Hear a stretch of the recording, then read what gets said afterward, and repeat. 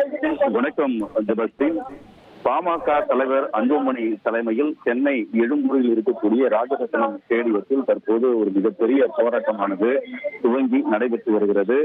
வன்னிய மக்களுக்கு சமுதாயத்திற்கு ஒதுக்கீடு செய்யப்பட்ட இடஒதுக்கீட்டை அமல்படுத்த வேண்டும்.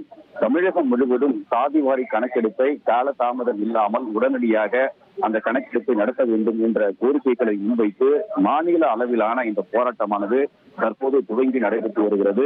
அன்புமணி தலைமையில் நடைபெறக்கூடிய இந்த போராட்டத்தில் ஏராளமான தமிழகம் முழுவதிலும் இருந்து ஏராளமான தொண்டர்கள் குவிந்திருக்கிறார்கள். அதே போன்று ஏற்கனவே இந்த போராட்டத்திற்கு ஆதரவு தருமாறு பல்வேறு கட்சிகளைச் சேர்ந்த தலைவர்களுக்கு பாமக சார்பில் நேரில் அழைப்பு விடுக்கப்பட்டது. அதனை ஏற்று பல்வேறு கட்சி தலைவர்களும் இந்த கூட்டத்தில் பங்கேற்றிருக்கிறார்கள்.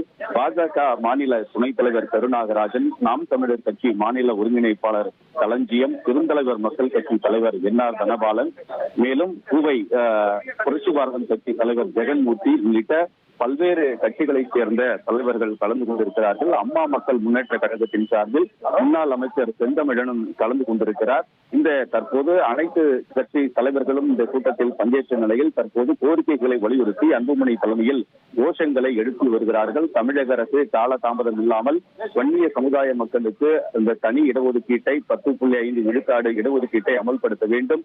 சாதிவாரி கணக்கெடுப்பு நடத்தினால் மட்டுமே சமூக பொருளாதார பிரச்சனைகள் ஏற்றத்தாழ்வுகளை நீக்க முடியும் என்றும், எனவே சாதிவாரி கணக்கெடுப்பை காலதாமதம் இல்லாமல் தமிழக அரசு நிறைவேற்ற வேண்டும் என்று கோஷங்களை எழுப்பி வருகிறார்கள். இந்த தமிழகம் முழுவதிலும் இருந்து 1000க்கும் பல்லாயிரக்கணக்கான நிர்வாகிகள் தொண்டர்கள் கூடியிருப்பதன் காரணமாக இந்த ஆர்ப்பாட்டம் நடைபெறக்கூடிய சாலை முழுவதுமாக போக்குவரத்து நிறுத்தப்பட்டிருக்கிறது.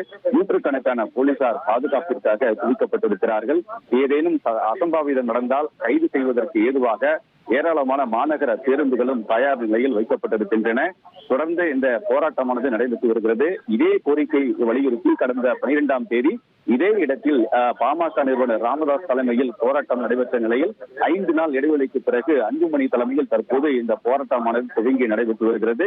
இன்னும் சற்று நேரத்தில் அன்புமணி இந்த மேடையில் உரை நிகழ்த்த இருக்கிறார் என்பதும் குறிப்பிடத்தக்கது.